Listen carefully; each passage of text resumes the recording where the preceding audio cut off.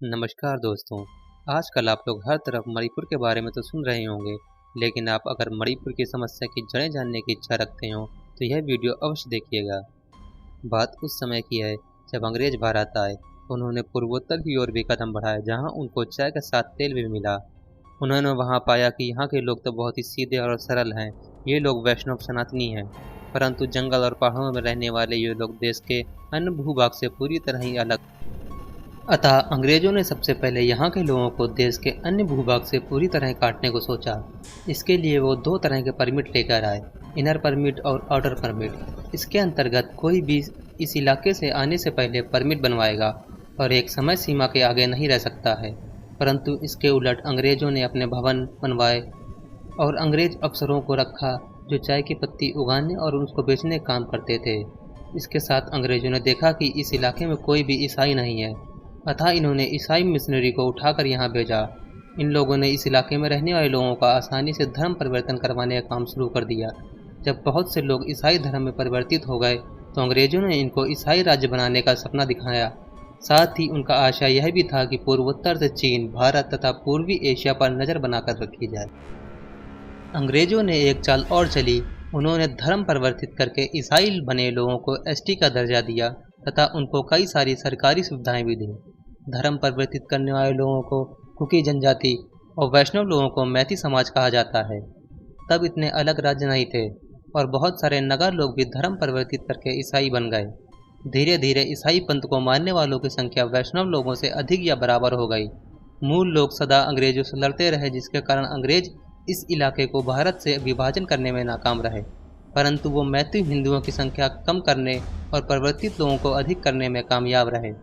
मणिपुर में 90% भूभाग पर कुकी और नगा कब्जा हो गया, जबकि 10% पर मैती रह गए। अंग्रेजों ने इस इलाके में अफीम की खेती को भी बढ़ावा दिया और उन पर ईसाई कुकी लोगों को कब्जा करने दिया। आज़ादी के समय वहाँ के राजा थे बोध चंद्र सिंह। उन्होंने भारत में विलय करने का निर्णय किया। 1949 में उन्होंने नेहरू को बोला कि मूल वैष्णव जो कि 10% भूभाग में रह गए हैं, उनको एसटी का दर्जा दिया जाए। नेहरू ने ऐसा करने से मना कर दिया। फिर 1950 में संविधान अस्तित्व में आया तो नेहरू ने मैती समाज को कोई छूट नहीं दी। 1960 में नेहरू सरकार द्वारा लैंड रिफॉर्म एक्ट लाया गया, जिसमें 90% भूभाग वाले कुकी और नगा ईसाइयों को एसटी में डाल दिया गया। इस एक्ट में प्रावधान भी था जिसमें 90% कुकी नगा वाले कहीं भी जा सकते थे, रह सकते थे और ज़मीन खरीद सकते थे, परंतु 10% के इलाके में रहने वाले मैती हिंदुओं को यह सब अधिकार नहीं था। यहीं से मैती के लोगों को दिल्ली में विरोध शुरू हो गया। नेहरू एक बार भी पूर्वोत्तर के हालात को ठीक करने की कोशिश नहीं की। उधर ब्रिटेन की MI6 और पाकिस्तान की ISI मिलकर कुकी और नगा को हथियार देने लगी, जिसका उपयोग वो भारत के विरुद्ध तथा मैती वैष्णवों को भगाने के लिए करते थे। मैतियों ने उनका जमकर बिना दिल्ली के समर्थन के मुकाबला किया। सदा से इस इलाके में कांग्रेस और कम्युनिस्ट लोगों की सरकार रही और वो कुकी तथा नगा ईसाइयों के समर्थन में रहे। क्योंकि लड़ाई पूर्वोत्तर में ट्राइबल जनजातियों के अपने अस्तित्व की थी, तो अलग अलग फ्रंट बनाकर सबने हथियार उठा लिए। पूरा पूर्वोत्तर आईएसआई के द्वारा एक लड़ाई का मैदान बना दिया गया था, जिसके कारण मिजो जनजातियों के सशस्त्र विद्रोह शुरू होगा। बिना दिल्ली के समर्थन जनजातियों ने आईएसआई समर्थित कुकी, नगा और म्यांमार से भारत में अनधिकृत रूप से आए चीन जनजातियों से लड़ाई करते रहे। जानकारी के लिए बताते चलें कि कांग्रेस और कम्युनिस्ट ने मिशनरी के साथ मिलकर म्यांमार से आए इन चीन जनजातियों को मणिपुर के पहाड़ी इलाकों और जंगलों की नागरिकता देकर बसा दिया। ये चीन लोग आईएसआई के पाले कुकी तथा नगा ईसाइयों के समर्थन थे तथा वैष्णव मैतियों से लड़ते थे। पूर्वोत्तर का हालात और ख़राब होता जा रहा था, जिसका पॉलिटिकल सोल्यूशन नहीं निकला गया और एक दिन इंदिरा गांधी ने आदिवासी इलाके में एयर स्ट्राइक का ऑर्डर दे दिया, जिसका आर्मी तथा वायुसेना ने विरोध किया। परंतु राजेश पायलट तथा सुरेश कलमाड़ी ने एयर स्ट्राइक किया और अपने लोगों की जानें ले ली। 1971 में पाकिस्तान विभाजन और बांग्लादेश के अस्तित्व में आने से आईएसआई के एक्शन को झटका लगा, परंतु म्यांमार उसका एक खुला खेल का एरिया बन गया था।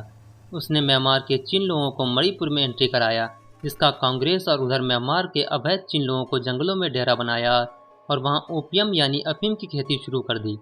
पूर्वोत्तर के राज्य मणिपुर, मिजोरम और नागालैंड दशकों तक कुकियों और चीन लोगों को अफीम की खेती तथा तस्करी का खुला खेल का मैदान बन गया। म्यांमार से आईएसआई तथा MI6 ने इस अफीम की खेती तथा हथियारों की तस्करी का एक पूरा इकोनॉमी खड़ा कर दिया, जिसके कारण पूर्वोत्तर के इन राज्यों में एक बड़ी जनसंख्या नशे की आदी हो गई। नशे के साथ हथियार उठाकर भारत के विरुद्ध युद्ध फलता फूलता रहा। 2014 के बाद की परिस्थिति।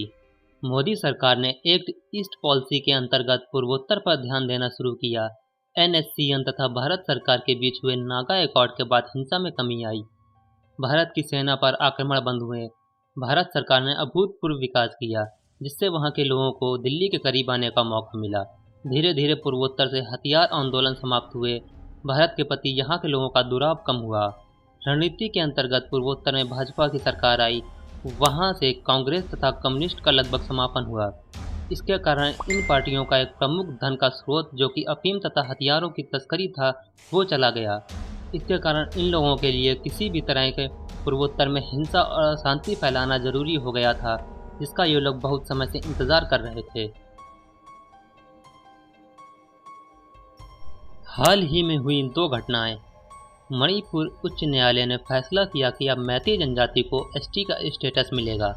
इसका परिणाम ये होगा कि नेहरू के बनाए फार्मूले का अंत हो जाएगा, जिससे मैती लोग भी 10% के सिकुड़े हुए भूभाग की जगह पूरे मणिपुर में कहीं भी रह बस और ज़मीन ले सकेंगे।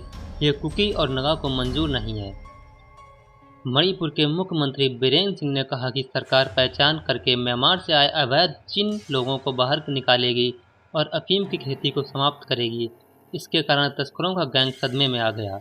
इसके बाद ईसाई कुकियों और ईसाई नागाओं ने अपने दिल्ली बैठे आकाओं और कम्युनिस्ट लुटियन मीडिया को जागृत किया।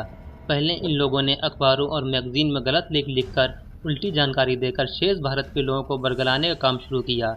उसके बाद दिल्ली से सिग्नल मिलते ही ईसाई कुकियों और ईसाई नागाओं ने मैती वैष्णव लोगों पर हमला बोल दिया, जिसका जवाब मैतियों ने दुगना वेग से दिया और इन लोगों को बुरी तरह कुचल दिया, जो कि कुकी और नगा के साथ दिल्ली में बैठे इनके आकाओं के लिए भी अनएक्सपेक्टेड था।